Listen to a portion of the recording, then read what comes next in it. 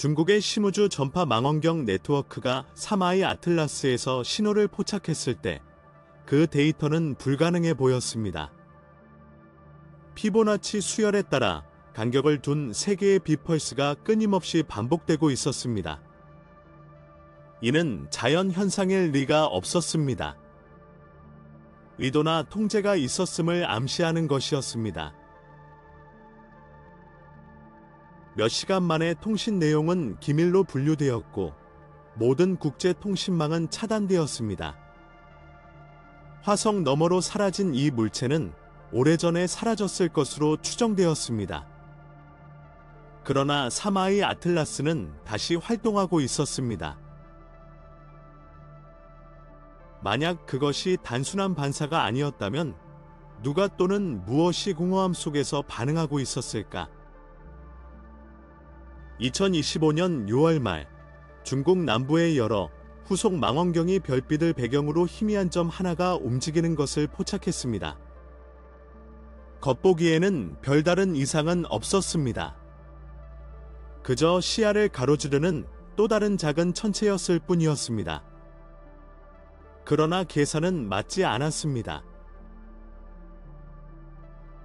궤적은 궤도를 완성하지 못했습니다.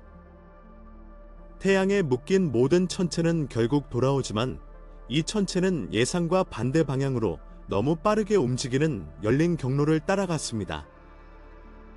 새로운 분석이 이루어질 때마다 추정 속도는 초속 68km로 안정되었는데 이는 태양계에서 알려진 어떤 천체보다 빠른 속도였습니다. 이 사실만으로도 해성을 재분류하기에 충분했습니다. 그것은 외곽 지역에서 온 해성이 아니라 영원히 사라지기 전에 내부 궤도를 통과할 성간 방문자였습니다. 칠레의 아틀라스 망원경은 7월 1일 이 궤적을 확인했습니다. 그때쯤 중국 천문학자들은 이미 밤새도록 관측한 결과를 비주기적 삼국성과도 현상이라는 은밀한 명칭으로 기록해 놓았습니다. 이 겸손한 명칭에는 정확한 좌표, 밝기 곡선, 그리고 이례적인 결과를 낳은 초기 스펙트럼 분석 결과가 숨겨져 있었습니다. 이산화탄소가 강하게 검출되고 수증기는 거의 검출되지 않았습니다. 해성은 정반대의 모습을 보인다. 그 특이한 화학 반응 때문에 과학적 수수께끼로 여겨졌지만 그게 가장 놀라운 것은 아니었다. 해성의 빛은 어떤 자연적인 움직임으로도 설명할 수 없는 규칙적인 변화를 보였다. 불규칙적인 성광이나 무작위적인 반사가 아니었다. 해성은 거의 기계적인 정밀도로 리듬감 있는 펄스를 방출했다. 이를 검증하기 위해 난징 자금산 천문대는 장기간의 관측 활동을 진행했습니다. 윈난성과 신장에 있는 보조 관측소들이 야간 근무 사이에 공백을 메웠고 구이저우성의 거대한 패스트 전파 망원경은 간단한 교정 시험이라는 명목으로 동일한 좌표를 가리켰습니다. 그 결과 해당 천체에 대한 최초의 광학 방사능 결합 데이터 세트가 탄생했습니다. 이 우연의 일치를 언급한 공식 보고서는 없었습니다. 몇 주 후 국제 성명이 발표되었을 때 그 내용은 단 한 줄로 요약되었습니다. 휘발성 활동과 일치하는 중력 외 가속도. 하지만 그것만이 아니었다. 중국 기록에는 끊임없이 나타나는 패턴, 너무 희미해서 눈에 띄지 않지만 너무 정확해서 우연이라고는 할 수 없는 빛나는 메아리가 나타났다. 전 세계가 망원경을 외면하는 동안 중국의 관측 장비들은 태양계 내부로 침투하는 별을 프레임 단위로 계속 추적했습니다. 멀리 있는 물체를 관찰한다는 것은 직접 보는 것이 아니라 빛이 어떻게 작용하는지 해석하는 것입니다. 밝기나 리듬의 모든 변화는 운동, 회전 또는 물질의 손실을 드러냅니다. 그러나 3i 아틀라스는 바위처럼도 해성처럼도 움직이지 않았습니다. 밤마다 난징 검출기에는 맥동이 지속되었습니다. 어떤 자연적 과정도 재현할 수 없는 끊임없는 연속이었습니다. 무언가 또는 누군가가 우주 깊은 곳에서 메시지를 보내고 있었습니다. 물체의 밝기는 불안할 정도로 규칙적으로 증가했다가 감소했다. 처음에는 번쩍임 간격이 몇 초밖에 되지 않아 별 문제가 없어 보였다. 하지만 번쩍임이 반복되는 정확도는 어떤 가능성도 배제했다. 분석가들은 빛의 정점 사이에 5초, 8초, 그리고 13초라는 세 개의 일정한 간격이 있음을 확인했습니다. 각각의 새로운 펄스는 앞선 두 펄스의 합을 따랐는데 수학자들은 이 패턴을 피보나치 수열이라고 부릅니다. 자연은 그 비율로 가득 차 있습니다. 해바라기 씨의 배열, 허리케인의 소용돌이, 은하의 나선 구조에서 말입니다. 그것은 균형의 숫자적 언어이며 생물과 무생물 모두에 나타나는 조화입니다. 하지만 성간 공간을 가로지르는 해성 크기의 천체에서 반사된 빗줄기에서 그것을 발견하는 것은 완전히 다른 차원의 경험이었습니다. 모든 가능한 오류 원인은 배제되었습니다. 계측기 고장도 없었습니다. 1000km 이상 떨어진 여러 관측소에서도 동일한 주기가 감지되어 대기의 영향은 배제되었습니다. 엔지니어들이 광학 측정갑을 구의저우에 있는 패스트 전파 망원경의 측정갑과 비교했을 때 매우 약한 전파 진동이 나타났지만 동일한 5587 3초 주기와 완벽하게 동기화되었습니다. 우연은 있을 수 없었다. 변조는 존재했고 실제했다. 아무도 그 기원을 설명할 수 없었다.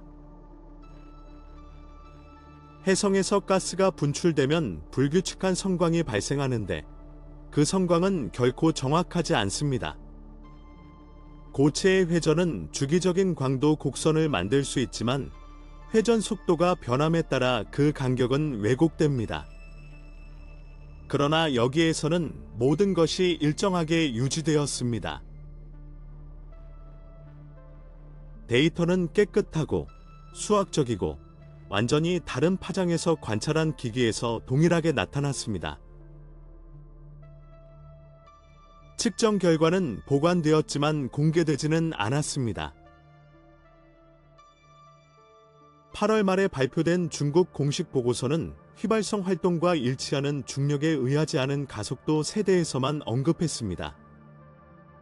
이는 모든 활동성 해성에 대해 사용되는 일상적인 표현과 같습니다. 인류 역사상 가장 오래된 수학적 순서 중 하나를 따르는 그 맥박, 즉 기본적인 리듬에 대해서는 아무 말도 나오지 않았습니다. 그 침묵이 과학적 신중함의 결과였는지 아니면 의도적인 결정이었는지는 아무도 모른다. 사마이 아틀라스가 태양 뒤로 사라질 무렵 그 패턴은 그 어느 때보다 날카로웠다. 약해지지 않고 오히려 더욱 뚜렷해졌다. 마치 어딘가에서 무언가가 시간을 유지하려는 듯 마지막으로 기록된 신호가 나타날 때까지 그 리듬은 꺾이지 않고 이어졌다. 이 시퀀스에서 가장 높은 일관성 수준에 도달한 날은 2025년 10월 13일이었습니다. 기술자들에게는 그저 관측 루틴의 또 다른 날짜일 뿐이었습니다. 그러나 나중에 한 가지 사실이 그들의 관심을 사로잡았습니다.